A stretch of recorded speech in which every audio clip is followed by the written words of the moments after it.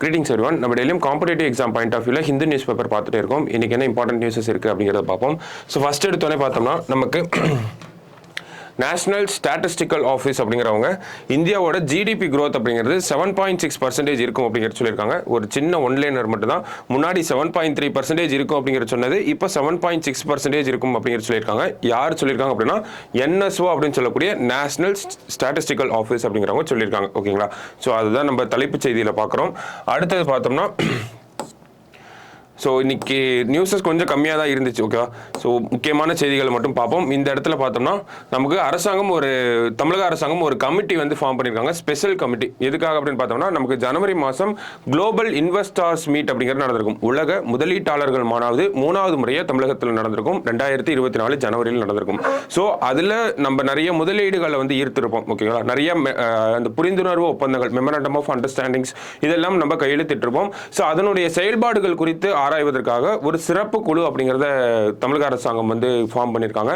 So அந்த குழுவோட அந்த தலைவராக யார் இருப்பாங்க அப்படின்னு பார்த்தோம்னா நம்மளோட இண்டஸ்ட்ரீஸ் மினிஸ்டர் TRB ராஜா அவர்கள் வந்து இருப்பாங்க அப்படிங்கிறத சொல்லியிருக்காங்க. ஓகேங்களா? To review and monitor the progress of the memorandum of understanding signed at GIM 2024 அப்படிங்கிறதா. ஸோ ஒன்றும் இல்லை, அந்த அக்ரிமெண்ட்ஸோட அந்த டெவலப்மெண்ட்ஸை பார்த்துக்கிறதுக்காக ஒரு கமிட்டி போட்டிருக்காங்க. TRB ராஜா அவர்கள் வந்து நமக்கு தலைவராக இருப்பார் அந்த கமிட்டி. ஓகேவா? ஸோ அடுத்த நியூஸில் என்ன இருக்குது அப்படிங்கிறத பார்ப்போம். ஸோ எடிட்டோரியல் பேஜ் அப்படின்னு பார்த்தோம்னா நமக்கு ஃபர்ஸ்ட் அந்த இடத்துல என்ன ராஜ்யசபா எலெக்ஷன்ஸை பற்றி கொடுத்துருப்பாங்க. இந்த ராஜ்யசபா தேர்தல்களில் ஒரு சில மாநிலங்களில் வந்து எம்எல்ஏக்கள் கிராஸ் ஓட்டிங் அப்படிங்கிறத பண்ணியிருப்பாங்க. ஸோ கிராஸ் ஓட்டிங் என்னன்னா, நம்ம ராஜ்யசபா தேர்தல்கள் மாநிலங்களவை தேர்தல்கள்லாம் என்ன பண்ணுவோம் அப்படின்னா டைரெக்டாக மக்களால் ராஜ்யசபா எம்பிகள் வந்து தேர்ந்தெடுக்கப்படுறது கிடையாது. ஓகேங்களா? நமக்கு நம்மளோட எம்எல்ஏஸ் தான் நம்மளோட ராஜ்யசபா எம்பிகளை வந்து தேர்ந்தெடுக்கிறாங்க. அதனால தான் அதை மாநிலங்களவை அப்படிங்கிறது சொல்கிறோம். மாநிலங்களுக்கான உரிமைகளை பேசக்கூடிய அவை தான் மாநிலங்களவை. அதை தான் நம்ம இங்கிலீஷ்ல ராஜ்யசபா அப்படிங்கிறது சொல்றோம். இந்த ராஜ்யசபாவில் இருக்கக்கூடிய உறுப்பினர்களை நம்ம மாநில சட்டமன்றங்களில் இருக்கக்கூடிய எம்எல்ஏக்கள் தான் வந்து அப்பாயிண்ட் பண்றாங்க. ஓகேங்களா? ஐ மீன் அவங்க தான் ஓட் பண்றாங்க. சரிங்களா? ஸோ அந்த மாதிரி ஒரு ஓட்டிங் அப்படிங்கிறது இப்போ எம்எல்ஏக்களை வச்சு தான் ராஜ்யசபா எம்பி அப்படிங்கிறத செலக்ட் பண்றாங்கன்றது தெரிஞ்சுக்கிறோம். ஓகேங்களா? ஸோ அந்த மாதிரி இருக்கப்போ ஒரு வேட்பாளர் இருக்கார் அப்படின்னா அதுக்கு எக்ஸ் அப்படிங்கிற பார்ட்டி இருப்பாங்க, ஒய் அப்படிங்கிற பார்ட்டியை சேர்ந்தவங்களும் ஓட் பண்ணுவாங்க. 2 வேட்பாளர் இருக்காங்கன்னா 2 பேருக்கும் சேர்த்து ஓட்டிங் அப்படிங்கிற நடக்கும். சில நேரங்களில் என்ன ஆகுது அப்படின்னு பார்த்தோம்னா ஒரு கேண்டிடேட்டுக்கு இந்த எக்ஸ் அப்படிங்கிற கட்சியோட வேட்பாளருக்கு ஒய் அப்படிங்கிற கட்சியுமே சேர்ந்து வாக்களிச்சுறாங்க. அதுதான் வந்து கிராஸ் ஓட்டிங் அப்படின்னு சொல்றாங்க. ஓகேங்களா? இப்போ நான் ஒரு கட்சியை சேர்ந்த நபராக இருக்கேன். நான் வந்து என் கட்சி சொல்ற நபருக்கு ஓட் பண்ணாம எதிராளி இருக்கக்கூடிய கட்சிக்கு நான் ஓட் பண்ணிடுறேன். ஓகேங்களா? ஏன்னா இது வந்து வெளியே தெரியாத ஒரு நடைமுறை, ஒரு கிராஸ் ஓட்டிங்கா இருக்கு. இந்த மாதிரி ஒரு சில விஷயங்கள் இந்த ராஜ்யசபா எலெக்ஷன்ஸ்ல வந்து நடந்திருக்கும். ஓகேங்களா? ஸோ அதனால சில பேரை வந்து தகுதி நீக்கம் பண்ணியிருப்பாங்க. 10வது அட்டவணை கீழே அந்த கட்சி தாவல் தடை சட்டத்துக்கு கீழே இது பண்ணியிருப்பாங்க. ஸோ அதை பற்றின விஷயங்கள்லாம் கொடுத்துருப்பாங்க. அதனால பார்லிமெண்டரி டெமோக்ரஸி, இந்தியாவில் ஜனநாயகம் பாதிக்கப்படுது அப்படிங்கிற ஒரு விஷயத்தை தான் சொல்லியிருப்பாங்க. எம்எல்ஏக்களை விலைக்கு வாங்குறது அப்படிங்கிறது தொடர்ச்சியாக இந்தியாவில் நடந்துகிட்டே இருக்கு அப்படிங்கிற ஒரு குற்றச்சாட்டை தான் சொல்லியிருப்பாங்க. ஸோ அது நம்ம அவ்வளோ டீப்பாக போக தேவையில்லை. சரிங்களா? ஸோ இந்த இடத்துல பார்த்தோம்னா நமக்கு இந்த புதிய மசோதாக்கள், அந்த கிரிமினல் லா பில்ஸ் அப்படிங்கிறது சொல்கிறோம் இல்லையா? ஸோ அந்த பாரதிய நியாய சங்கீதா, பாரதிய நாகரிக் சுரக்ஷா சங்கீதா, பாரதிய சாக்ஷிய அதிநியம் அப்படிங்கிற அந்த வார்த்தைகள்லாம் இருக்கு இல்லையா? ஸோ அதில் இந்த எவிடன்ஸ் ஆக்டுக்கு கீழே, இந்த சாக்ஷி அதிநியம் கீழே எவிடன்ஸ் அந்த மாதிரியான விஷயங்கள்லாம் சொல்லியிருப்பாங்க. டிஜிட்டல் எவிடன்சஸ்லாம் இருக்கு இல்லையா?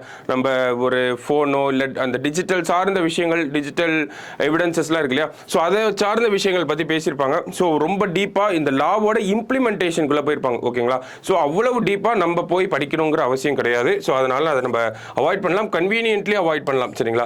ஸோ அடுத்தது அமெரிக்கா தேர்தலை பற்றி சொல்லியிருக்காங்க, அது நமக்கு தேவையில்லை. இந்த இடத்துல பார்த்தோம் அப்படின்னா understanding the world of informal waste picker அப்படிங்கிறத சொல்கிறாங்க. ஓகேங்களா? ஸோ நம்ம நிறைய பேரை பார்த்துருப்போம், ரோட்டில் இந்த பாட்டில் பொறுக்கிட்டு போகிறவங்க. ஸோ இந்த மாதிரிலாம் ஒரு செட் ஆஃப் பீப்புள், ஒரு கம்யூனிட்டி இருக்கு இல்லையா? ஸோ அந்த பீப்புள் பற்றின உரிமைகளை பற்றி இந்த ஆர்டிகலில் வந்து பேசியிருப்பாங்க. அவங்களையும் நம்ம ரெகக்னைஸ் பண்ணணும். அவங்களுக்கு தேவையான அந்த சோசியல் செக்யூரிட்டி பெனிஃபிட்ஸ், அந்த சமூக நலன்களை வந்து அவங்களுக்கும் கொண்டு போய் சேர்க்கணும் அப்படிங்கிறத சொல்கிறாங்க. அவங்களோட ஒரு ரோலை வந்து இந்த இடத்துல ப்ரொஜெக்ட் ஹைலைட் பண்ணி காட்டியிருப்பாங்க. என்னன்னா அந்த குப்பை பொறுக்கிட்டு போகிறாங்க இல்லையா, ஸோ அவங்க தான் இந்த இந்தியாவோட இந்த வேஸ்ட் மேனேஜ்மெண்ட்டில் ஒரு பேக் போனாக இருக்காங்க அப்படிங்கிறத சொல்கிறாங்க. ஓகேங்களா, ஸோ அதை பற்றின விஷயங்கள் நிறைய சொல்லியிருப்பாங்க. அவங்களோட ஹெல்த் இஷ்யூஸ்லாம் பார்த்துக்கணும், அவங்களையும் மெயின் ஸ்ட்ரீம்குள்ளே கொண்டு வரணும், உள்ள மக்களோட அவங்களையும் கொண்டு வரணும். வேஸ்ட் பிக்கிங் அப்படிங்கிறது ஒரு தொழிலாக தான் இருக்குது, அந்த தொழிலை நம்ம வந்து ஆர்கனைஸ் பண்ணணும் அப்படிங்கிறத சொல்லியிருப்பாங்க. ஓகேங்களா, ஸோ அந்த ஒரு விஷயத்தை இந்த ஆர்டிகல்ல இருந்து நம்ம புரிஞ்சுக்கிறோம். ஆனால் முக்கியமான இன்னொரு விஷயம் இருந்துச்சு, என்ன அப்படின்னு பார்த்தோம்னா இந்த எக்ஸ்டெண்டட் ப்ரொடியூசர் ரெஸ்பான்சிபிலிட்டி அப்படிங்கிற ஒரு வார்த்தையை கொடுத்துருப்பாங்க. ரொம்ப முக்கியமான வார்த்தை. இந்தியாவில் வேஸ்ட் மேனேஜ்மெண்ட்னு பார்க்குறப்போ இந்த இபிஆர் அப்படிங்கிறது ரொம்ப முக்கியமான வார்த்தையாக இருக்குது. நம்ம எக்ஸாமில் வேஸ்ட் மேனேஜ்மெண்ட் சார்ந்து ஏதாவது ஒரு கேள்விகள் வந்துச்சு அப்படின்னா அதுக்கு இந்த எக்ஸ்டெண்டட் ப்ரொடியூசர் ரெஸ்பான்சிபிலிட்டின்ற ஒரு வார்த்தை இல்லாமல் நம்ம ஆன்சர் பேப்பர் இருக்கக்கூடாது, இருந்தால் ரொம்பவே நல்லா இருக்கும். சரிங்களா, அப்போ எக்ஸ்டெண்டட் ப்ரொடியூசர் ரெஸ்பான்சிபிலிட்டினா என்னன்னு சொல்கிறாங்கன்னா, நமக்கு நான் ஒரு ப்ராடக்ட், நான் ஒரு மேனுஃபேக்சராக இருக்கேன், நான் ஒரு பொருளை உற்பத்தி பண்ணுறவனா இருக்கேன். நான் வந்து என்ன பண்ணுவேன், என்னோட ப்ராடக்ட்டுக்கு நிறைய பேக்கேஜ் டிசைன்லாம் பண்ணி கன்சியூமர் கிட்ட கொடுப்பேன். நான் என்னோட பேக்கேஜ் டிசைனிங்கில் நிறைய பிளாஸ்டிக்ஸை வந்து யூஸ் பண்ணேன். ஓகேங்களா, ஸோ அந்த ப்ராடக்ட்டை கன்சியூமர் வாங்கி பயன்படுத்திட்டு அந்த ப்ராடக்ட்டை யூஸ் பண்ணிக்கோங்க, அந்த கவரை தூக்கி போட்டுருவாங்க இல்லையா. ஸோ அப்போ அந்த கவர் வந்து ஒரு வேஸ்ட்டாக ஜெனரேட் ஆகுது. ஓகேங்களா, ஸோ அப்போ இந்த எக்ஸ்டெண்டட் ப்ரொடியூசர் ரெஸ்பான்சிபிலிட்டி கீழே என்ன பண்ணணும் அப்படின்னா, நான் உருவாக்குற ஒரு ப்ராடக்ட்டோட அந்த வேஸ்ட் இருக்கு இல்லையா, அதை நான் தான் ரீசைக்கிள் பண்ணணும். ஓகேங்களா, அதுதான் என்னோட ரெஸ்பான்சிபிலிட்டி அப்படிங்கிறத சொல்கிறாங்க. அதை தான் எக்ஸ்டெண்டட் ப்ரொடியூசர் ரெஸ்பான்சிபிலிட்டி. நான் ஒரு ப்ராடக்ட்டை ப்ரொடியூஸ் பண்ணுறது மட்டுமே என்னோட அந்த ஒரு ரெஸ்பான்சிபிலிட்டி கிடையாது, அந்த ப்ராடக்ட்டோட வேஸ்ட்டையும் நான் எடுத்து ரீசைக்கிள் பண்ணணும். அதை தான் எக்ஸ்டெண்டட் ரெஸ்பான்சிபிலிட்டி அப்படிங்கிறது சொல்றாங்க. ஓகேங்களா, ஸோ இதை ஒரு பெரிய டாபிக் இது எக்ஸ்டெண்டட் ப்ரொடியூசர் ரெஸ்பான்சிபிலிட்டினா. சுருக்கமாக பார்த்தோம் அப்படின்னா, நான் எவ்வளோ ஒரு ப்ராடக்டை டிசைன் பண்ணுறேன், என்னோட ப்ராடக்ட்லேருந்து எவ்வளோ வேஸ்ட் ஜென்ரேட் ஆகுது, அந்த வேஸ்ட்டை நான் எவ்வளோ ரீசைக்கிள் பண்ணுறேன் அப்படிங்கிறது தான். ஓகேங்களா, ஸோ இதனால் என்ன ஆகுது அப்படின்னு பார்த்தோம்னா, இந்த எக்ஸ்டெண்டட் ப்ரொடியூசர் ரெஸ்பான்சிபிலிட்டி அப்படிங்கிற ஒரு விஷயம் வந்ததுக்கப்புறமா அரசாங்கத்துக்கிட்ட இருக்கக்கூடிய ஒரு பேர்டன் அப்படிங்கிறது கம்மியாகுது. என்ன பேர்டன் கம்மியாகுது அப்படின்னா, அதுதான் இங்கே கொடுத்துருக்காங்க. It transfers the responsibility of waste management from municipal authorities and holds commercial waste producers accountable அப்படிங்கிறது சொல்கிறாங்க. ஓகேங்களா, ஸோ அப்போ வேஸ்ட் ஜெனரேட் ஆகுது. ஓகேங்களா, ஒரு ப்ராடக்ட்டை ப்ரொடியூஸ் பண்றதால வேஸ்ட் ஜெனரேட் ஆகுது. அது பிளாஸ்டிக் வேஸ்டா இருக்கலாம், என்ன மாதிரியான வேஸ்டாகவும் இருக்கலாம். அந்த வேஸ்ட்டை ரீசைக்கிள் பண்ணணுங்கிறது அரசாங்கத்துக்கிட்ட இருந்தது, இப்போ அதை ப்ராடக்ட்டை மேனுஃபேக்சர் பண்றவங்க கைக்கே போயிருச்சு. ஓகேங்களா, அதுதான் இந்த விஷயத்தோட முக்கியமான ஒரு அப்ஜெக்டிவா இருந்துச்சு, முக்கியமான டேர்ம் அதுதான். ஓகேங்களா, வேஸ்ட் மேனேஜ்மெண்ட் அப்படிங்கிறது அரசாங்கத்திட்ட இருந்து ப்ரொடியூசர் கிட்டே போயிருச்சு. ஓகேங்களா, அப்ப நான் என்ன பண்ணுவேன், மறுபடியும் வேஸ்ட் ஜெனரேஷன்ல என் கிட்ட வந்துருச்சு இல்லையா. ஸோ அப்போ நான் என்ன பண்ணுவேன், நான் இன்வெஸ்ட்மெண்ட் பண்ண ஆரம்பிப்பேன். எதுல இன்வெஸ்ட்மெண்ட் பண்ண ஆரம்பிப்பேன்னா, என்னோட பேக்கேஜிங்ல இன்வெஸ்ட் பண்ண ஆரம்பிப்பேன். இதுக்கு முன்னாடி அரசாங்கம் தான் பண்ணிட்டு இருந்தாங்க. ஓகேங்களா, வேஸ்ட் கலெக்ஷன் அதெல்லாம் அவங்களோட டிபார்ட்மெண்ட்டாக இருந்துச்சு. நான் என்ன பண்ணுவேன், ஒரு பிளாஸ்டிக் பேக்கேஜிங்கில் நான் என்னோட ப்ராடக்ட்ஸ் கொடுத்துட்டே இருப்பேன். இப்போ அந்த ரெஸ்பான்சிபிலிட்டி என் கையில் வந்தனால நான் என்ன பண்ண ஆரம்பிப்பேன்னா, நான் மறுபடியும் பேக்கேஜிங் வந்து பிளாஸ்டிக்லேயே பண்ணேன்னா அந்த பிளாஸ்டிக் வேஸ்ட் ஜென்ரேட் ஆகும். அந்த வேஸ்ட் ஜென்ரேட் ஆகிறத மறுபடியும் நான் ஆள் வச்சு இல்லை தேர்ட் பார்ட்டி மூலயமா அந்த வேஸ்ட்டை கலெக்ட் பண்ணி நான் எவ்வளோ ஜென்ரேட் பண்ணுறேனோ அதுக்கு ஈக்குவலான அமௌண்ட்டை நான் ரீசைக்கிள் பண்ணணும். ஸோ இந்த மாதிரியான ஒரு கட்டாயம் எனக்கு வந்துடும் இல்லையா. ஸோ அப்போ நான் என்ன பண்ணுவேன், இந்த பேக்கேஜிங்லேயே பயோடிகிரேடபிளாக நான் பண்ண ஆரம்பிப்பேன். ஓகேங்களா, மக்காத குப்பைகளால் நான் ஒரு பேக்கேஜிங் பண்ணிட்டு இருந்தேன்னா அடுத்தது அதை மக்கும் பொருட்களால் நான் பேக்கேஜிங்கை பண்ண ஆரம்பிப்பேன். இதனால வேஸ்ட் ஜென்ரேட் ஆனாலுமே அது வந்து இயற்கைக்கு எந்த ஒரு பாதிப்பும் ஏற்படாத ஒரு வகையில் இருக்கும் இல்லையா. ஸோ அதுதான் அரசாங்கத்தோட எண்ணமாக இருந்துச்சு இந்த ஒரு திட்டத்தை கொண்டு வரப்போ. எக்ஸ்டெண்டட் ப்ரொடியூசர் ரெஸ்பான்சிபிலிட்டி கீழே இந்த வேஸ்ட் ஜென்ரேஷன் அப்படிங்கிற அந்த ஒரு பேர்டனை நம்ம அரசாங்கம் கையில் இருக்கிறத ப்ரொடியூசர் கையிலேயே கொடுத்துருவோம். அதுக்கப்புறம் அவங்க என்ன பண்ணுறாங்க அப்படிங்கிறத பார்க்கலாம்னு சொல்லியிருப்பாங்க. ஸோ அது வந்து இன்டைரக்டாக என்ன ஒரு மீன் பண்ணுதுன்னா, டைரக்ட் மீனிங் என்னன்னா, நான் எவ்வளோ வேஸ்ட் ஜென்ரேட் பண்ணுறனோ அதுக்கு ஈக்குவலன்ட்டு நான் ரீசைக்கிள் பண்ணிக்கிறோம். உங்களுக்கு தெரியும், கொக்கோ கோலா பாட்டிலாம் எடுத்துகிட்டு போவாங்க, அது அந்த கம்பெனிக்கு போய் அந்த ப்ராடக்ட் ரீசைக்கிள் ஆகும் இல்லையா. ஸோ அது ஒரு டைரக்டான ஒரு விஷயமா இருந்தாலும் இன்டைரக்டாக என்ன சொல்கிறாங்கன்னா, நான் டிசைன்லேயே என்னோட பேக்கேஜிங்கை நான் டிசைன் பண்ணுறப்பே அதை நான் டீக்ரேடபிளாக பயோடிகிரேடபிளாக மாற்றிட்டேன் அப்படின்னா எனக்கு ஒரு செலவும் மிச்சமாகும். அதே மாதிரி நான் போய் தேர்ட் பார்ட்டிக்கு கான்டாக்ட் பண்ணி நீங்கள் போய் அந்த வேஸ்ட் எனக்காக ரீசைக்கிள் பண்ணி கொடுங்க, அதுக்கான உண்டான அமௌண்ட்டை நான் கொடுத்துறேன், அந்த ஒரு செலவும் கம்மியாகும். அரசாங்கத்துக்கும் வேஸ்ட் மேனேஜ்மெண்ட் அப்படிங்கிறத பண்ண மாதிரி ஆகும். என்விரான்மெண்ட்டுக்கும் பயோடிகிரேடபிள் ப்ராடக்ட்ஸ் அந்த மாதிரி இருக்கும் இல்லையா. ஸோ இதை தான் சொல்கிறாங்க எக்ஸ்டெண்டட் ப்ரொடியூசர் ரெஸ்பான்சிபிலிட்டின்னு. டைரெக்டாக வேஸ்ட் ஜென்ரேஷனை ரீசைக்கிள் பண்ணணும், இன்டைரக்டாக பயோடிகிரேடபிள் ப்ராடக்ட்ஸை வந்து ப்ரொமோட் பண்ணணும். இதுதான் வந்து இந்த எக்ஸ்டெண்டட் ப்ரொடியூசர் ரெஸ்பான்சிபிலிட்டி கீழே அரசாங்கம் பண்ணணும்னு நினைச்ச விஷயங்களா இருக்குது. ஸோ இது வந்து இந்தியாவில் ஒரு புது கான்செப்ட் தான். பிளாஸ்டிக் வேஸ்ட் மேனேஜ்மெண்ட் ரூல்ஸ் அப்படிங்கிறது சொல்கிறோம். ஓகேங்களா, என்ன ரூல்ஸ் அப்படின்னு பார்த்தோம்னா பிளாஸ்டிக் வேஸ்ட் மேனேஜ்மெண்ட் ரூல்ஸ் அப்படிங்கிறது சொல்கிறாங்க. 2016 வந்திருக்கும். ஸோ அதில் இந்த ஒரு விஷயத்தை பற்றி சொல்லியிருப்பாங்க. பிளாஸ்டிக் வேஸ்ட் மேனேஜ்மெண்ட் ரூல்ஸ் 2021 மறுபடியும் அந்த ரூல்ஸ் சேஞ்ச் பண்ணியிருப்பாங்க. ஸோ அதுலேயும் எக்ஸ்டெண்டட் ப்ரொடியூசர் ரெஸ்பான்சிபிலிட்டி EPR அப்படிங்கிற விஷயத்தை பற்றி சொல்லியிருப்பாங்க. அதுக்கப்புறமா என்ன சொல்லியிருப்பாங்க அப்படின்னா EPRக்குன்னு தனியாக ஒரு கைட்லைன்ஸே சொல்லியிருப்பாங்க. அது எப்போ வந்திருக்கும் அப்படின்னா 2022 வந்து EPR கைட்லைன்ஸ், வழிமுறைகள் அணுகுமுறைகள் அந்த மாதிரியான ஒரு விஷயத்தை 2022 வந்து சொல்லியிருப்பாங்க. ஓகேங்களா, ஸோ நமக்கு வேஸ்ட் மேனேஜ்மெண்ட் அப்படிங்கிற ஒரு கேள்வி வந்துச்சுன்னா எக்ஸ்டெண்டட் ப்ரொடியூசர் ரெஸ்பான்சிபிலிட்டி அப்படிங்கிற ஒரு விஷயத்தை கட்டாயம் நம்ம எழுதி தான் ஆகணும். சரிங்களா, எக்ஸ்டெண்டட் ப்ரொடியூசர் ரெஸ்பான்சிபிலிட்டி ரொம்ப ரொம்ப முக்கியமான ஒரு விஷயம் in terms of waste management. ஓகேங்களா, ஸோ இதில் இந்த ஒரு விஷயத்தை எதுக்கு அந்த வேஸ்ட் பிக்கிங் பண்ணுற இடத்துல வந்து சொல்லியிருக்காங்க, அவங்களோட சார்ந்து இது என்ன விஷயத்தை நம்ம பார்க்க போகிறோம் அப்படின்னா, இப்போ எக்ஸ்டெண்டட் ப்ரொடியூசர் ரெஸ்பான்சிபிலிட்டி அப்படின்னா நமக்கு என்ன அப்படிங்கிறது புரிஞ்சிருச்சு. ஒன்று, அவங்க தேர்ட் பார்ட்டியை வச்சு வேஸ்ட்டை ரீசைக்கிள் பண்ணணும். ஓகேங்களா, ஸோ அப்போ நான் ஒரு கம்பெனி வச்சிருக்கேன், நான் ஒரு சப்கான்ட்ராக்ட் மாதிரி விட்டு வேஸ்ட் எல்லாம் எனக்கு கலெக்ட் பண்ணி கொடுங்க அப்படிங்கிறத சொல்கிறேன். ஸோ அப்போ அவங்க மூலியமா அந்த ஒரு வேஸ்ட் ஜென்ரேஷன் நடக்குது. அப்போ அவங்க டேரெக்டாக என் கண்ட்ரோலில் வந்துடுறாங்க. அந்த வேஸ்ட் பிக் பண்ணுறவங்க எல்லாருமே என்னோட கண்ட்ரோல் கீழே வருவாங்க. அப்போ நான் அவங்களுக்கு ஏதாவது ஒரு நன்மைகள் பண்ணி கொடுக்கணும், சோசியல் செக்யூரிட்டி பெனிஃபிட்ஸ் அப்படிங்கிறத என்னோட நிறுவனம் மூலயமா அவங்களுக்கு வந்து பண்ணி கொடுக்கணும். அவங்க ஹசார்டஸாக ஒரு வேஸ்ட்டை பிக் பண்ணிட்டு இருப்பாங்க. நம்ம எல்லாருமே பார்த்துருப்போம் வேஸ்ட் பிக் பண்ணுறவங்க எப்படி இருப்பாங்க அப்படின்னு சொல்லிட்டு. ஸோ அப்போ அவங்களோட வாழ்வாதாரத்தை மேம்படுத்தணும், அவங்க வேஸ்ட் கலெக்ட் பண்ணுற அந்த ஒரு தரத்தையே மேம்படுத்தணும் அப்படின்னா அவங்களுக்கு வந்து ப்ராப்பரான ஒரு எக்யூப்மெண்ட்ஸை கொடுக்கணும், க்ளவுஸ் கொடுக்கணும், நல்ல சாப்பாடு கொடுக்கணும், நல்ல தண்ணி கொடுக்கணும். இது எல்லாத்தினாலையும் அவங்க அஃபெக்ட் ஆகிட்டே தான் இருக்காங்க. முக்கியமாக பார்த்தோம்னா அவங்க சாப்பாட்டுக்காகவும் தண்ணிக்காகவும் தான் அந்த பாட்டிலே கலெக்ட் பண்ணிட்டு இருப்பாங்க இல்லையா. ஸோ அப்போ நான் என் கம்பெனி மூலயமா அவங்களுக்கு இந்த மாதிரியான சேவைகளை நான் பண்ணி கொடுக்கணும். ஏன்னா அவங்க தான் என்னோட கம்பெனிக்காக நான் போய் அந்த இதை எடுக்க முடியாதுன்ற ஒரு நிலை இருக்கு இல்லையா. ஸோ அப்போ எனக்காக அவங்க பண்றாங்க அப்படின்னா அவங்களுக்கான நல்ல விஷயங்களை நம்ம பண்ணி கொடுக்கணும் அப்படிங்கிறதும் இந்த எக்ஸ்டெண்டட் ப்ரொடியூசர் ரெஸ்பான்சிபிலிட்டி கீழே வரக்கூடிய ஒரு விஷயம் தான். ஏன்னா இது ஒரு பிராட் கான்செப்ட். அந்த பிராட் கான்செப்டுக்குள்ள நம்ம எல்லாத்தையும் சேர்க்கணும். ஓகேங்களா, நம்ம வேஸ்ட் ஜென்ரேஷனாக இருக்கட்டும், அந்த வேஸ்ட் ஜென்ரேஷனை கலெக்ட் பண்ணுறதா இருக்கட்டும், அதை யார் கலெக்ட் பண்ணுறாங்களா இருக்கட்டும், அதுக்கு அவங்களுக்கு என்னென்ன தேவைகளை நம்ம பண்ணி கொடுக்கணும், அந்த மாதிரி எல்லாத்தையும் நம்ம இந்த ஒரு டேர்ம்குள்ளே கொண்டு வரலாம். இந்த ஒரு பேர்டன் அரசாங்கத்திட்டிருந்து நிறுவனங்கள் கையில் போனது அப்படிங்கிறதே ஒரு பெரிய ஒரு ரெவல்யூஷனரி ஸ்டெப்பாக தான் பார்க்கப்படுது. பட் ஏன்னா நமக்கு அந்த வேஸ்ட் ஜென்ரேஷன் அப்படிங்கிறது கம்மியாகுங்கிற ஒரு பாயிண்ட் ஆஃப் வியூவில். சரிங்களா, ஸோ அந்த எக்ஸ்டெண்டட் ப்ரொடியூசர் ரெஸ்பான்சிபிலிட்டி கீழே அந்த ஒர்க்கர்ஸையும் உள்ளே கொண்டு வந்திருப்பாங்க. ஸோ அதுதான் இந்த ஆர்டிக்கலை டீப்பாகவும் டிஸ்கஸ் பண்ணியிருப்பாங்க. சரிங்களா, ஸோ இதை நம்ம முடிஞ்ச அளவுக்கு நிறைய டிஸ்கஸ் பண்ணிட்டோம். ஸ்டில் நீங்கள் ஒரு டைம் ரீட் பண்ணி பார்த்தா கூட உங்களுக்கு இன்னொரு பெர்ஸ்பெக்டிவ் அப்படிங்கிறது கிடைக்கும். But still exam point of வியூவில் இந்த EPR அப்படிங்கிறது ரொம்ப முக்கியமான விஷயம். சரிங்களா, ஸோ அடுத்தது இந்த இடத்துல என்ன சொல்லியிருப்பாங்க அப்படின்னா MSP அப்படிங்கிறத லீகலைஸ் பண்ணணுமா வேண்டாமா அப்படிங்கிறத சொல்லியிருக்காங்க. ஸோ MSPனா நமக்கு தெரியும், அதை வந்து நம்ம குறைந்தபட்ச ஆதரவு விலை அப்படிங்கிறத சொல்கிறோம். இந்தியாவில் 23 கிராப்புக்கு இந்த MSP கொடுக்குறாங்க அப்படிங்கிறத இந்த ஆர்டிக்கலில் சொல்லியிருப்பாங்க. மத்திய விவசாயத்துறை அமைச்சர் பார்லிமெண்ட்டில் பேசுகிறப்ப இந்தியாவில் 24 கிராப்புக்கு கொடுக்குறோம் அப்படிங்கிறத சொல்லியிருப்பாங்க. ஸோ 23, 24 மோரலஸ் பிரச்சனை கிடையாது. ஸோ MSP அப்படிங்கிறத நம்ம ஆல்ரெடி டிஸ்கஸ் பண்ணியிருப்போம். இந்த விவசாயிகள் போராட்டம் பிப்ரவரி மாதம் தொடக்கத்தில் வந்தப்போ அதை பற்றி நம்ம டீப்பாக அனலைஸ் பண்ணியிருப்போம். இருந்தாலும் மேலோட்டமாக இந்த இடத்துல சொல்லுவோம். MSP அப்படிங்கிறது குறைந்தபட்ச ஆதரவு விலை 23 இருந்து 24 ப்ராடக்ட் கிராப்ஸுக்கு வந்து கொடுக்குறாங்க. சரிங்களா, எப்போ கொடுப்பாங்க அப்படின்னா அந்த நடவு நடுறதுக்கு முன்னாடி கொடுக்குறாங்க. ஓகேங்களா, சோவிங் சீசனுக்கு முன்னாடி கொடுக்குறாங்க. ஓகேங்களா, ஸோ இந்த குறைந்தபட்ச ஆதரவு விலைனா என்னன்னா மார்க்கெட்டில் நான் ஒரு அரிசியோட ப்ரைஸ் அப்படிங்கிறது மார்க்கெட்டில் ரொம்ப டவுன் ஆயிடுச்சு, அடிமட்ட விலைக்கு போயிடுச்சு அப்படின்னா நான் அரசாங்கத்துக்கிட்ட இந்த MSP அப்படிங்கிற இந்த விலைக்கு கொடுத்துருவேன், குறைந்தபட்ச ஆதரவு விலைக்கு கொடுத்துருவேன். இப்போ அரசாங்கம் அரிசிக்கு குறைந்தபட்ச ஆதரவு விலையாக 30 ரூபா வைக்கிறாங்கன்னு ஒரு எக்ஸாம்பிளுக்கு.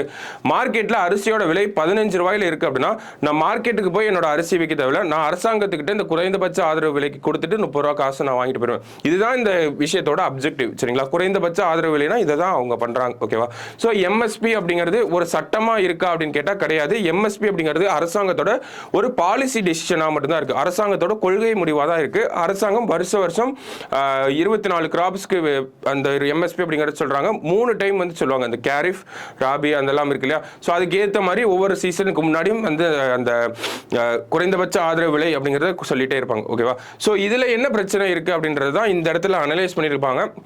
விவசாயிகள் வந்து போராட்டம் பண்றப்போ MSP எம்எஸ்பி அப்படிங்கிறது எங்களுக்கு ஒரு சட்டமா வேணும், ஒரு லீகல் பண்ணணும் அதை அப்படிங்கிறது சொல்றாங்க. ஸோ லீகல் பண்றதுல என்ன பிரச்சனைகள் இருக்கு, ஏன் அரசாங்கம் லீகல் பண்ண மாட்டேங்கிறாங்க அப்படிங்கிறத இந்த இடத்துல இவங்க ஒரு வித்தியாசமான பாயிண்ட் ஆஃப் வியூல அனலைஸ் பண்ணியிருப்பாங்க. ரொம்ப டெக்னிக்கலா இருந்திருக்கும். நம்ம எக்ஸாம் பாயிண்ட் ஆஃப் வியூக்கு நிறைய விஷயங்கள் இதுல இருந்து எடுத்துக்க முடியாம மாதிரி தான் இருந்துச்சு. பட் ஸ்டில் எம்எஸ்பியை லீகலைஸ் பண்ணலாமா வேண்டாமா அப்படின்னு கேட்டா அது வந்து டிஃப்ரெண்ட் பெர்ஸ்பெக்டிவ்ல அனலைஸ் பண்ணணும் ஃபர்ஸ்ட். ஓகேங்களா, ஃபர்ஸ்ட் அது வந்து ஒரு கமிட்டி போட்டு அதை தனியாக ஸ்டடி பண்ணணும். எல்லா ஸ்டேக் ஹோல்டர்ஸ், அதாவது எல்லா ஸ்டேட் கவர்மெண்ட்டும் சரி, மத்திய அரசாங்கத்தோட ரெப்ரசன்டேட்டிவ்ஸும் சரி, எல்லா ஸ்டேட் கவர்மெண்ட்டோட ரெப்ரசன்டேட்டிவ்ஸும் வரணும். எல்லா மாநிலங்களில் இருக்கக்கூடிய விவசாய சங்கங்களும் வந்து பார்ட்டிசிபேட் பண்ணணும். ஏன்னா இந்தியாவில் ஒவ்வொரு மாநிலத்திலும் விவசாயம் ஒவ்வொரு மாதிரி நடக்குது. ஒவ்வொரு மாநிலத்திலும் சேமா எங்கேயுமே வந்து அந்த விவசாய வர்த்தகம் அப்படிங்கிறது நடக்கிறது, அக்ரிகல்ச்சர் ட்ரேடிங் அப்படிங்கிறது ஒரே மாதிரி நடக்கிறது இல்லை. ஸோ அப்போ இவ்வளோ ஒரு டைவர்ஸாக இருக்கும் இந்தியாவோட அக்ரிகல்ச்சர் ட்ரேடிங் அதெல்லாம் எடுத்து பார்த்தோம்னா ரொம்பவே டைவர்ஸாக இருக்கும். ஸோ அந்த டைவர்ஸாக இருக்கிற ஒரு விஷயத்துக்கு லீகலைஸ் பண்ணுறது சரியான விஷயமா தப்பான விஷயமா அப்படிங்கிறது வந்து நம்ம அதுக்கான கரெக்டான பதிலை வந்து சொல்லவும் முடியாது. சரிங்களா, சரியான மாதிரியும் இருக்கும், தப்பான விஷயம் மாதிரியும் இருக்கும். ப்ரோஸ் அண்ட் கான்ஸ் அப்படிங்கிறது நிறையா இருக்கு. ஸோ முக்கியமாக என்ன சொல்கிறாங்க அப்படின்னா எம்எஸ்பி அப்படிங்கிறத போட்டுட்டாங்க அப்படின்னா அரசாங்கம் எம்எஸ்பி அந்த குறைந்தபட்ச ஆதரவு விலைக்கு 23 ப்ராடக்ட் கொடுக்குறாங்க, 23 பயிர்களுக்கு வந்து கொடுக்குறாங்க. பட் ஸ்டில் அதிகமாக இந்த குறைந்தபட்ச ஆதரவு விலைக்கு விவசாயிகள்கிட்ட அரசாங்கம் வாங்கக்கூடிய பயிர்களாக என்ன இருக்குது அப்படின்னு பார்த்தோம்னா அரிசியும் கோதுமையும் மட்டும்தான் இருக்குது. ரைஸ் அண்ட் வீட் மட்டும்தான் எம்எஸ்பிக்கு ஃபார்மர்ஸ் இருந்து கவர்மெண்ட் வாங்குது. ஓகேங்களா, அரசாங்கம் விவசாயிகள்கிட்ட இருந்து அரிசி மற்றும் கோதுமையை தான் குறைந்தபட்ச ஆதரவு விலைக்கு அதிகமாக வாங்குறாங்க. ஓகேங்களா, நிறைய தேவைப்படுது. ஓகேங்களா, ஏன் நிறைய தேவைப்படுது, ஏன் அரிசி கோதுமை மட்டும் வாங்குறாங்க அப்படின்னு பார்த்தோம்னா இந்தியாவில் இந்த ரேஷன் கடைகள் இருக்கு இல்லையா, பப்ளிக் டிஸ்ட்ரிபியூஷன் சிஸ்டம். இந்த பப்ளிக் டிஸ்ட்ரிபியூஷன் சிஸ்டத்தில் நமக்கு தேவைப்படுற பிரதானமான விஷயங்கள் என்ன அப்படின்னு பார்த்தோம்னா அரிசியும் கோதுமையும் மட்டும்தான் அதிகமாக தேவைப்படுது. அதனால தான் அரசாங்கம் அரிசியும் கோதுமையும் குறைந்தபட்ச ஆதரவு விலைக்கு அதிகமாக வாங்கிட்டு இருக்காங்க. ஓகேவா, ஏன்னா எம்எஸ்பியில் வந்து ஐ மீன் அந்த பப்ளிக் டிஸ்ட்ரிபியூஷன் சிஸ்டம்க்கு தேவைப்படுறதுனால. ஸோ இப்போ இது வந்து எம்எஸ்பியை நம்ம லீகலைஸ் பண்ணுறோம்னு வச்சுக்கோமே, எம்எஸ்பி 23 கிராப்ஸ்க்குமே கொண்டு வந்துட்டோம்னா அரசாங்கத்தினால 23 கிராப்ஸையும் வாங்கி வச்சுக்க முடியாது. அதுக்கான தேவையும் சில நேரங்களில் இருக்காது இல்லையா. ஸோ தேவையில்லாமல் வாங்கி வைக்கிற நிலைமையும் வரலாம். ஸோ இந்த மாதிரியான ஒரு சிக்கல்கள் இருக்கு. இப்போ எம்எஸ்பி இப்போ வந்து ஒரு கொள்கை முடிவாக தான் இருக்கு. ஓகேங்களா, அரசாங்கத்தோட ஒரு பாலிசி டிசிஷன் தான், அது வந்து லீகல் கிடையாது இப்போ கரண்ட்ல. ஓகேவா, ஸோ அரசாங்கம் நினைச்சா அரிசி வாங்கலாம், இல்லாட்டி வாங்காம போகலாம், நினைச்சா கோதுமை வாங்கலாம், இல்லாட்டி வாங்காம போகலாம். அது அவங்களோட கொள்கை முடிவாக இருக்கனால அவங்க நினைச்சா வாங்கிக்கலாம், இல்லாட்டி இல்லை. ஓகேங்களா, இதே ஒரு லீகலா வந்துருச்சு அப்படின்னா அரசாங்கம் வாங்கணும் அப்படிங்கிற ஒரு கட்டாயத்துக்கு தள்ளப்பட்டுருமோ அப்படிங்கிற ஒரு பயம் அரசாங்கத்துக்கும் இருக்கு. ஓகேங்களா, கண்டிப்பா 23 ப்ராடக்ட்ஸையும் வாங்கி ஆகணுங்கிற ஒரு சூழ்நிலை வரலாம் அப்படிங்கிறதையும் சொல்றாங்க. எம்எஸ்பி லீகல் ஆயிருச்சு அப்படின்னா, அப்ப லீகல் ஆயிருச்சு அப்படின்னா அரசாங்கம் கட்டாயம் வாங்கக்கூடிய ஒரு சூழ்நிலைக்கு தள்ளப்படுவாங்க. வாங்கல அப்படின்னா அவங்க மேல வழக்குகள் பதிவப்படலாம். ஸோ இதெல்லாம் வந்து ஒரு டெக்னிக்கல் டிஃபிகல்ட்டிஸா இருக்கு. மேபி வழக்கு போடலாம், போடாமையும் இருக்கலாம். அது வந்து அந்த நடைமுறை அமலுக்கு வந்தாதான் தெரிவிச்சிருங்களா. ஸோ எம்எஸ்பி லீகல் ஆகிறதுல அரசாங்கத்துக்கு சில சிக்கல்கள் அப்படிங்கிறது இருக்காத செய்து. எம்எஸ்பி லீகல் பண்றதுல இன்னொரு முக்கியமான சிக்கல் என்ன அப்படின்னு பார்த்தோம்னா அதனுடைய இம்ப்ளிமெண்டேஷன் அப்படிங்கிறது.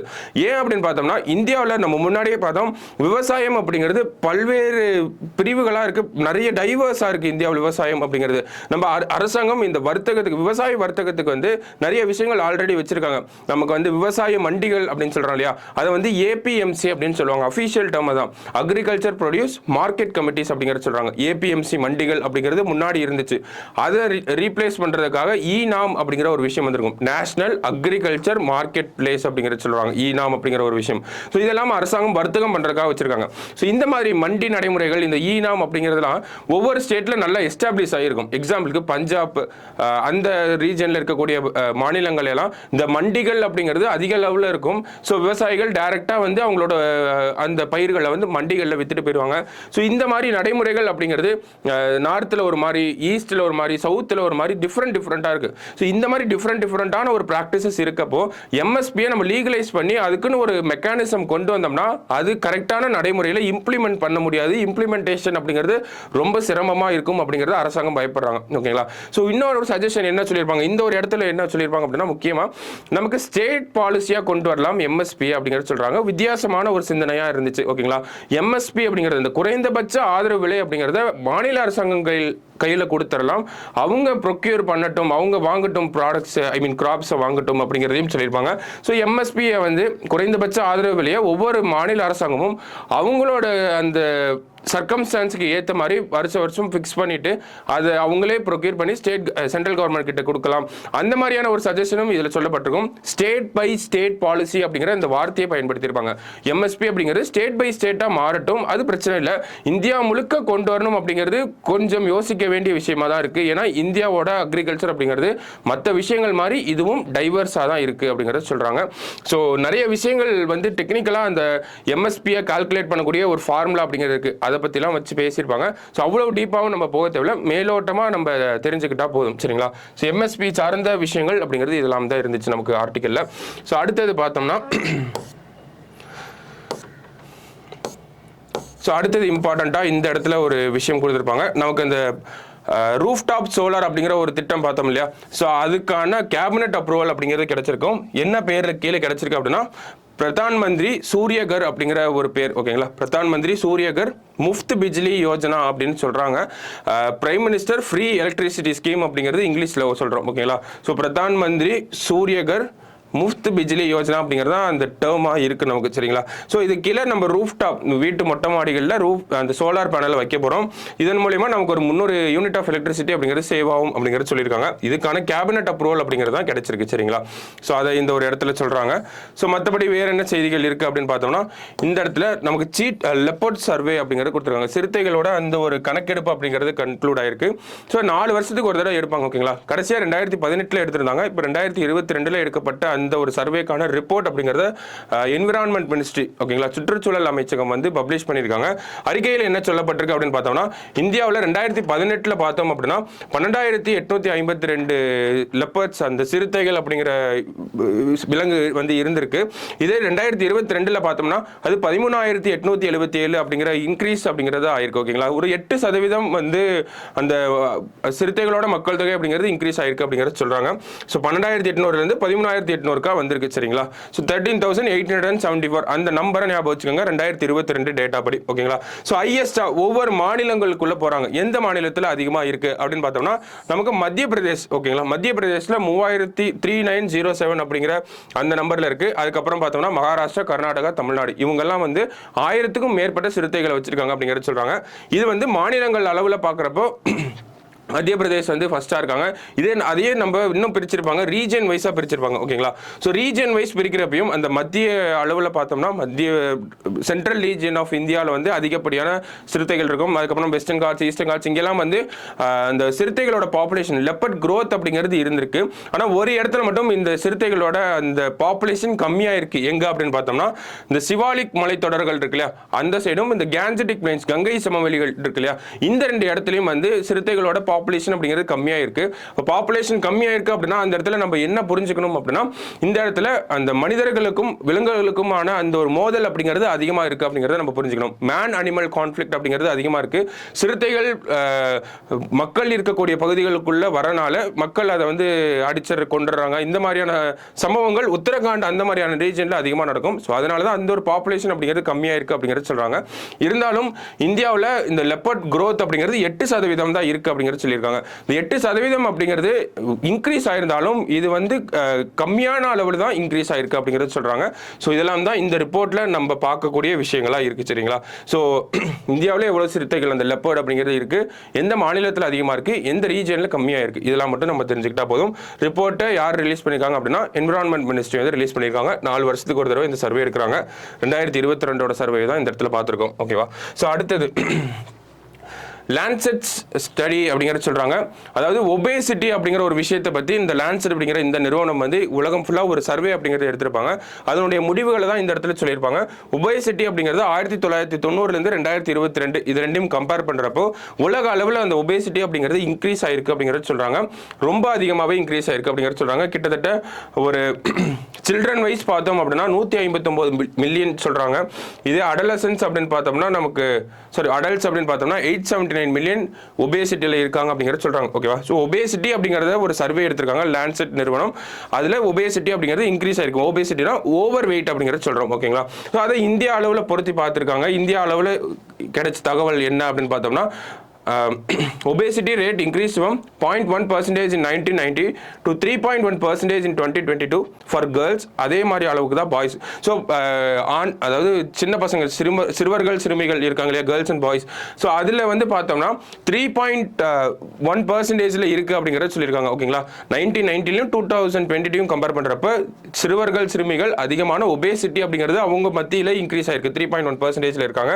அதே மாதிரியான விஷயம் அடலசன்ஸ்லையும் நம்ம பார்த்துருக்கோம். உமன்லையும் சரி மென்லையும் சரி எல்லாமே இன்க்ரீஸ் தான் ஆயிருக்கு. இந்தியாவிலையும் ஓவர் வெயிட் அப்படிங்கிறது இன்க்ரீஸ் தான் ஆயிருக்கு, ஒபேசிட்டி அப்படிங்கிறது இன்க்ரீஸ் தான் ஆயிருக்கு. உலக அளவில் பார்த்தோம்னா 174 அப்படிங்கிற ரேங்கிங்கையும் நமக்கு கொடுக்குறாங்க. ஓகேங்களா, இந்த லான்செட் நிறுவனம் ஒபேசிட்டி அப்படிங்கிற அந்த ஒரு இடத்துல இந்தியாவோட பொசிஷன் என்னவா இருக்குன்னா 174 அப்படிங்கிறது சொல்றாங்க. இன்ட்ரெஸ்டிங்லி இன்னொரு விஷயம் சொல்லியிருப்பாங்க, இந்த ஒபேசிட்டி அப்படிங்கிறது ஓவர் வெயிட் அப்படிங்கிறது சொல்றோம், அது இந்தியாவில் பரவலாயிட்டே வருது அப்படிங்கிறது சொல்றாங்க. ஆனால் இருந்தாலும் உலக அளவில் பார்க்குறப்ப நமக்கு முன்னாடி என்ன பிரச்சனை இருக்கும் அப்படின்னா அண்டர் வெயிட் அப்படிங்கிறது ஒரு பிரச்சனையாக இருக்கும். வயசுக்கு ஏற்ற அந்த வளர்ச்சி வெயிட் அப்படிங்கிறது இருக்காது. ஓகேங்களா, ஸோ உலக அளவில் அண்டர் வெயிட்டுங்கிற ஒரு பிரச்சனை இருந்துச்சு, அப்புறம் கொஞ்சம் ஸ்டேபிள் ஆச்சு. அதுக்கப்புறம் இப்போ ஓவர் வெயிட்டுங்கிற ஒரு பிரச்சனை வந்திருக்கு அப்படிங்கிறது சொல்கிறாங்க. ஆனால் இந்தியாவை எடுத்து பார்த்தோம் அப்படின்னா இந்தியாவில் அண்டர் வெயிட்டும் இருக்குது, at the same time over வெயிட்டும் இருக்குது. ரெண்டுமே சைமல்டேனியஸாக எக்ஸிஸ்ட் ஆகுது அப்படிங்கிறத சொல்லியிருக்காங்க. ஸோ இதுக்கான ஒரு விஷயங்கள் அரசாங்கம் தான் அந்த ஒரு இதை கம்மி பண்ணுறதுக்கு என்ன மாதிரியான நடவடிக்கைகள் எடுக்கணும். அதே மாதிரி பர்சனலி நம்மளுமே சரி, இந்த ஒபேசிட்டி அப்படிங்கிறதுக்கு என்னென்ன காரணங்கள் அப்படிங்கிறது நம்ம சொல்லணுன்ற அவசியம் கிடையாது. அதுக்கான அந்த ஒபேசிட்டி அப்படிங்கிறத தடுக்கிறதுக்கு நம்மளால முடிஞ்ச விஷயங்களையும் நம்ம பண்ணி தான் ஆகணும். சரிங்களா, அடுத்தது இன்னும் ஒரு நியூஸ் மட்டும் இருக்குது, அதை மட்டும் பார்த்துருவோம். சரிங்களா, என்னென்னா இன்டர்நேஷ்னல் பேஜில் ஒரு சேட்டலைட் லான்ச் அப்படிங்கிறது இருந்திருக்கும், அதை மட்டும் பார்த்துட்டு இன்றைக்கி செஷனை முடிச்சுக்கலாம்.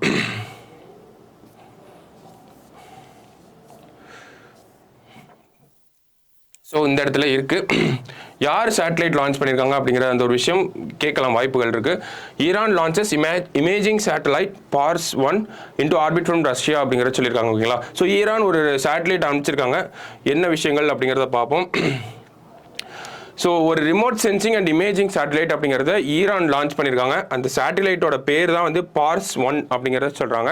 எங்கேருந்து அனுப்பியிருக்காங்க அப்படின்னு பார்த்தோம்னா ரஷ்யாவோட உதவினால ரஷ்யாவிலேருந்து அனுப்பியிருக்காங்க. சரிங்களா, ரஷ்யாவோட அந்த சோயூஸ் 2.1B அப்படிங்கிற அந்த ராக்கெட்டில் ஈரானோட அந்த PARS-1 அப்படிங்கிற அந்த சேட்டலைட்டை வச்சு அனுப்பியிருக்காங்க.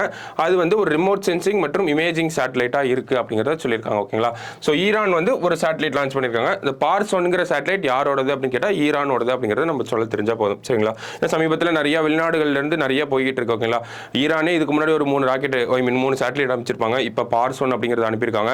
ஐன்ஸ்டீன் ப்ரோப் அப்படிங்கிறத சைனா அனுப்பியிருப்பாங்க. நம்மளே INSAT 3 days எக்ஸ்போசாட் அப்படிங்கிறதெல்லாம் அனுப்பியிருப்போம். நாசாவும் ஒரு ப்ராஜெக்ட் கையில் வச்சிருக்காங்க. ஸோ இந்த மாதிரி நிறைய ப்ராஜெக்ட் இருக்கனால மேட்ச்ல கூட கேட்டிருக்காங்க, இதுக்கு முன்னாடி கேட்கறதுக்கும் வாய்ப்புகள் இருக்கு. ஸோ ஈரான் PARS-1 அப்படிங்கிறத தெரிஞ்சு வச்சுக்கோங்க. சரிங்களா, ஸோ இன்னைக்கு செஷனை பொறுத்த வரைக்கும் பார்த்தோம்னா நிறைய இம்பார்ட்டன்டான விஷயங்கள் பார்த்தோம். இதில் எடிட்டோரியலில் பார்த்தா இந்த எக்ஸ்டெண்டட் ப்ரொடியூசர் ரெஸ்பான்சிபிலிட்டி அப்படிங்கிறத நல்லா தெரிஞ்சு வச்சுக்கோங்க. சரிங்களா, நாளைக்கு நியூஸ் பேப்பர் அனாலிசிஸில் மீட் பண்ணலாம். தேங்க்யூ.